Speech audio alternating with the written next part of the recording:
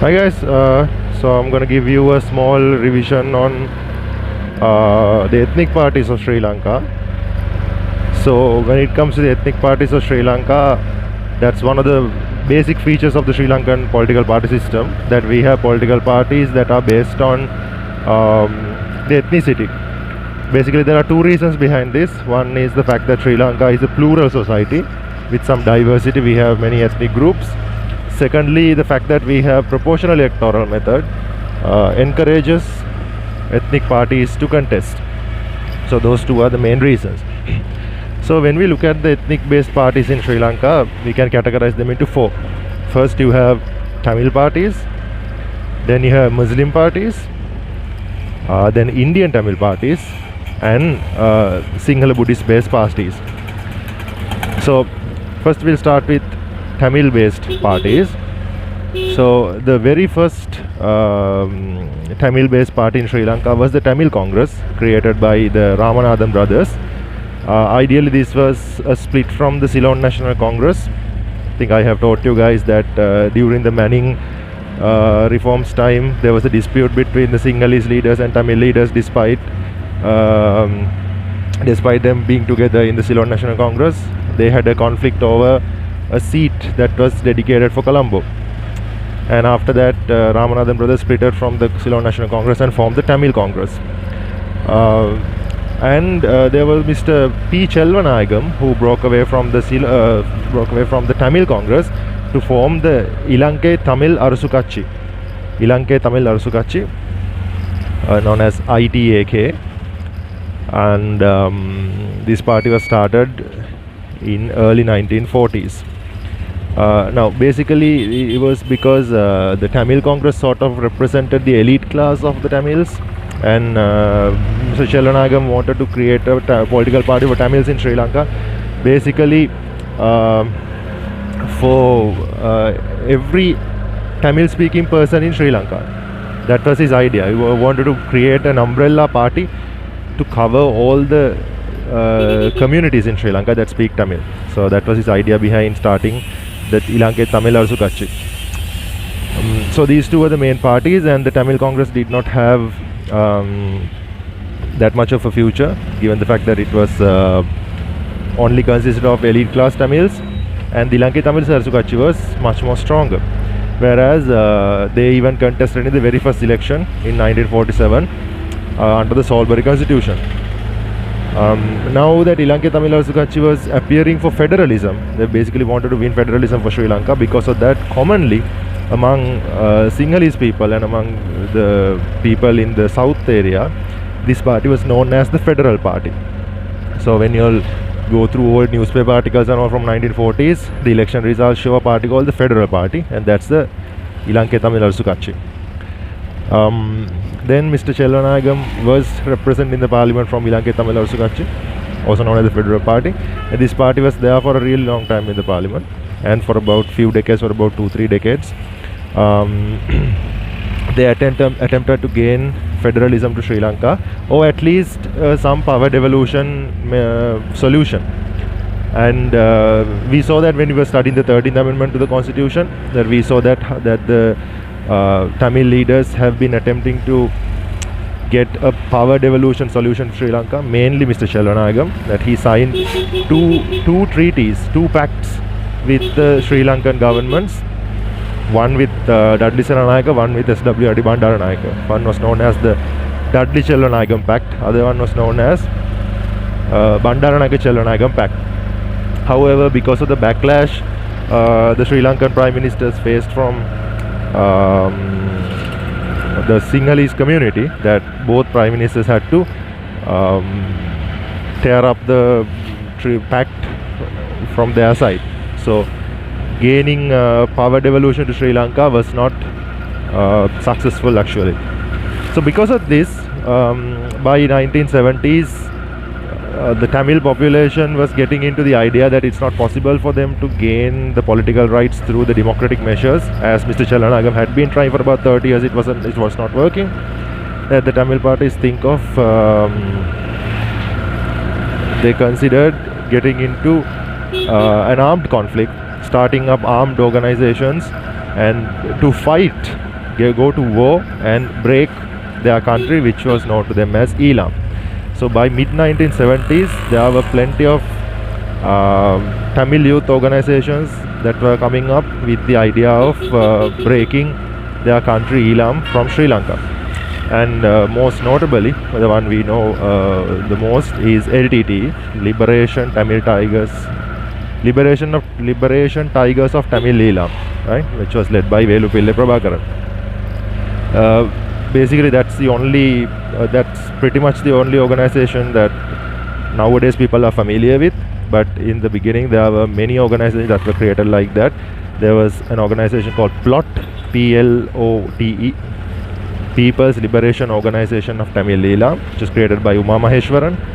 Then there was TELO, Tamil Elam Liberation Organization, which was created by Kuttumani.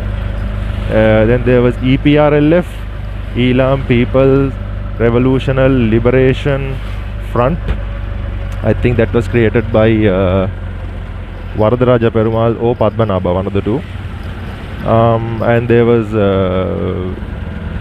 EROS, Elam Revolutionary Organization of Students, and also there was EPDP, Elam People's Democratic Party, which was created by Douglas Devananda, which is existing up to date, right? So these are the Tamil ethnic based parties in Sri Lanka, and all these parties started off as armed groups that they went into an armed conflict. And meanwhile, by mid 1980s, Prabhakaran made a statement saying if we want to win Elam, we can't win that by fighting in different groups. So all the other groups should be cancelled and they should endorse LTT as the sole freedom fighter for Tamil people. Whereas of course the other groups weren't really. So basically, other organizations didn't listen. Other organizations were like, no, we are fighting our own battle. Whereas LTT sort of like ran, what do you call that? Like a killing spree on these other organizations. I remember in one article I read that the LTT killed 200 TELO members in one night. Right? So it was sort of like that. But still these organizations did not give in to LTT. Instead what they did was they entered into democratic politics. Except for LTT, where they continued the war method, and all the other organizations entered into democratic politics. And you can see some of these organizations are up to date in politics. Now you see a party called Tamil National Alliance, TNA, and that alliance is between Ilankai Tamil Arasu Katchi, the party we talked about before, and there's TELO inside that, and I think they have EPRLF in it. I'm not sure whether PLOT is inside, but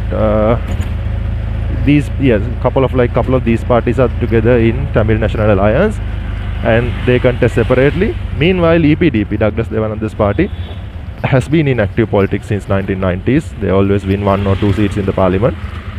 And the difference between the other parties and Douglas Devananda is that he works with the Rajapakshas. He favors the Rajapakshas and basically SLFP.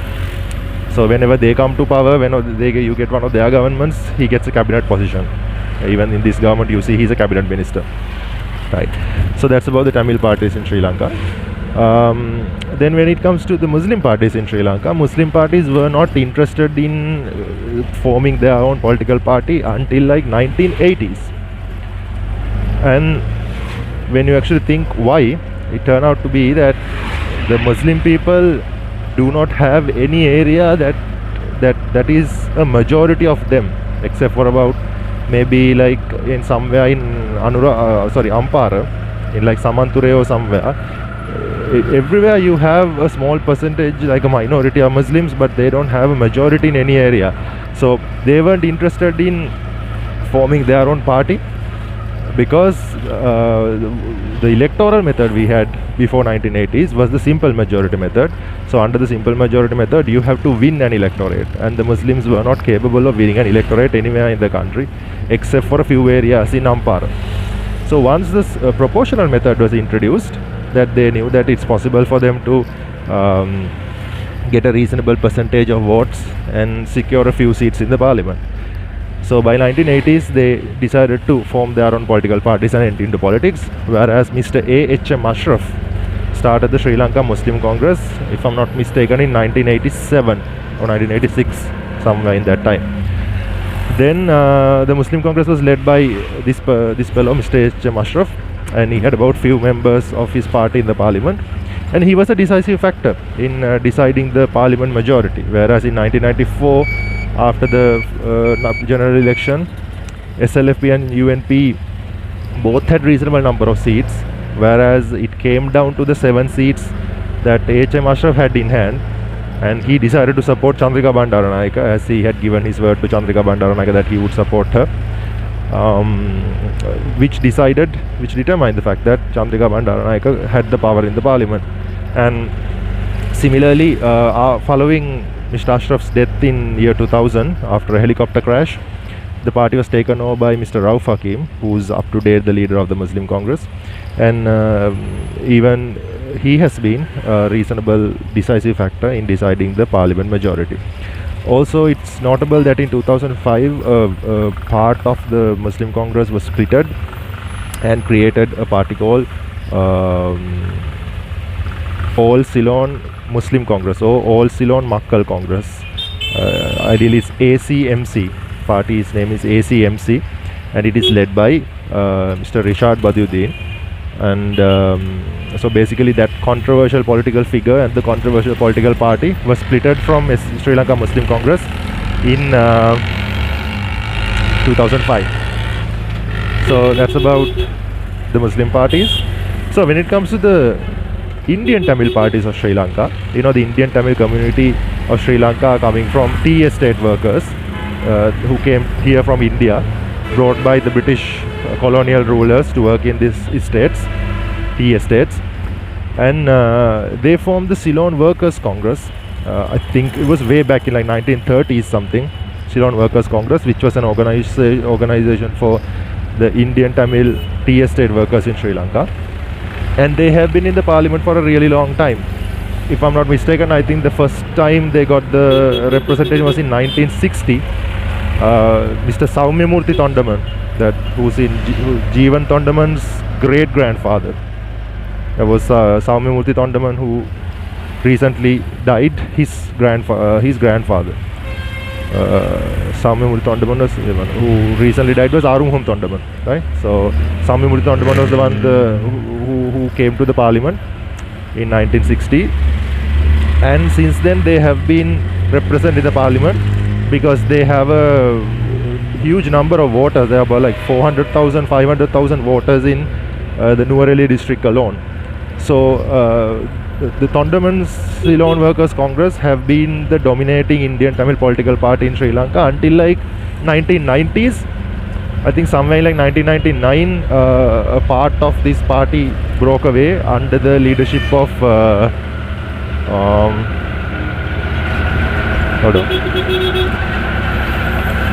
P. Chandrasekaran. Under the name of Mr. P. Chandrasekaran, they started the political party Upcountry People's Front. Upcountry People's Front, and they also have some representation, but like not as much as the Tondamans. Whereas in like 2005-6, or by this time, there was another upcoming leader in the Indian Tamil community called Mr. Palani Digambaram, who started the I don't remember his party's name, something like Ceylon Workers Union, something like that, right? So he started his party. Palani Digambaram has also been an influential leader, and his party has also been in active politics. Well, what basically happens is this Mr. Palani Digambaram is sort of representing like the lower class of Indian Tamils, whereas Tondaman is from one of the rich families in the Indian Tamil community.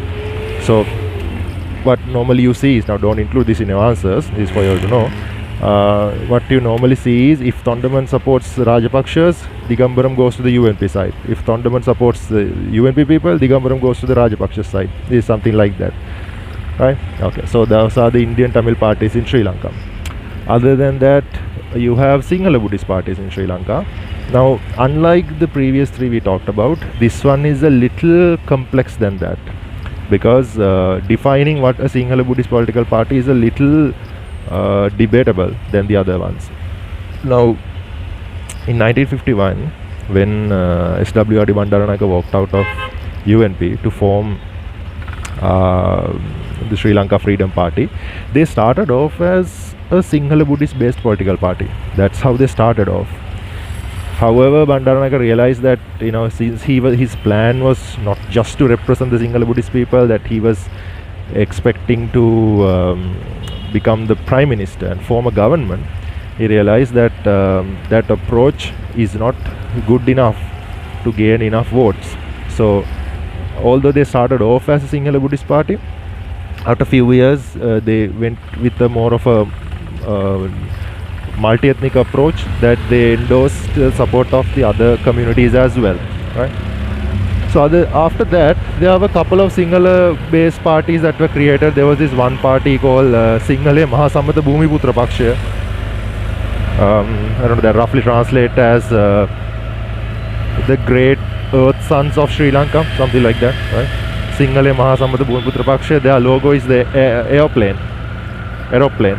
and couple of parties like that they say that Sinhala Buddhist identity political parties, but none of these parties were serious parties. They didn't have like a lot of votes, whereas the Sinhala Buddhist vote base was mainly with UNP and SLFP. Then there was no specific party for Sinhala Buddhists until the year 2000, where before the 2000 election, they formed a party called Sihala Urumaya, or if not in English, the Sinhala Heritage, right? So this party started off in the year 2000, and given the fact that there was no specifically Sinhala based party for a really long time in Sri Lanka, that this party had a lot of attraction in the beginning, that they received more than 150,000 votes, whereas they ended up getting a national list seat in the year 2000 parliament. However, there were too many internal splits regarding that seat, and the party had so many internal conflicts, whereas voters got disappointed, and the following year in 2001, in the next year's election, Sihala Urumaya lost their seat. However, in 2004, these people relaunched their party as Jatika Hela Urumaya, JHU, Jatika Hela Urumaya, and this time the special feature was, last time the party only had like normal people running. There were monks who were doing campaigning, canvassing and stuff, but it was the normal people who ran for elections. But in 2004, when they relaunched the party as Jatika Hela Urumaya, it was a special fact that the monks were actually running for the election. They were contesting in the election. And also during this time, a very popular monk died, Gangodawila Somatero. He was like a very popular, beloved character by the Buddhist people, and his death sort of had created like a big controversy. His death was like a mystery or something like that people say there was a conspiracy that he was killed and all that. So because of that, there was a lot of backlash, and people were getting quite patriotic about their Sinhala Buddhist heritage by this time, like 2004. And because of these factors, Jatika Hela Urumaya made like a very notable beginning to their party, whereas in the very first election they received 9 seats in the legislature, which was the decisive factor behind Mahinda Rajapaksa becoming the Prime Minister in 2004. So then Jatika Hela Urumaya was one of the strong supporters of Mahinda Rajapaksa, especially during the war times. However, in like 2015, Jatika Hela Urumaya decided to, when Maithripala walked out of the government of Mahinda Rajapaksa, the Jatika Hela Urumaya decided to support Maithripala instead. However, some of the members in Jatika Hela Urumaya decided to stay with Mahinda Rajapaksa, which created another split. Whereas the official Jatika Hela Urumaya went with Maithripala, and the people who stayed with Rajapaksa called themselves, and they formed a new party called Pivituru Hela Urumaya under the leadership of Mr. Udaya Gammampila. And other than that, when it comes to Buddhist parties, the other notable thing, which is a very recent development, is in the last election we had like a month ago. In that election, there was a party called Ape Janabala Pakshaya. Ape Janabala Pakshaya. which came from the symbol, the flag, whereas they also received a seat in the national list. So that's about the Sinhala Buddhist parties in Sri Lanka. So when you are writing an answer about the ethnic parties in Sri Lanka, you need to explain these. And in the end, you can say that Sri Lanka has ethnic parties for two reasons. One is the fact that we are a plural society that has so many ethnicities, and the fact that having proportional electoral method encourages these parties to contest, as well as you all need to mention that some people identify having ethnic parties as a democratic feature, because that every ethnicity gets representation, but also they've been criticized. Some people identify this as a negative feature because they sort of put the national requirements aside and they think about their desires of their ethnicity, and this sort of creates tension between ethnicities and creates ethnic conflicts in the society. And also it needs to be mentioned that the existence of LTT sort of like confuses everyone, because they are sort of, you can't identify whether they are a political party or not. Like, they have registered as a political party, they have a political wing and all that, but they never contested in any election, whereas they became a terrorist organization and that they went into war. So the existence of LTT is confusing whether to categorize them as a political party or not. Right, so that's about the ethnic parties of Sri Lanka.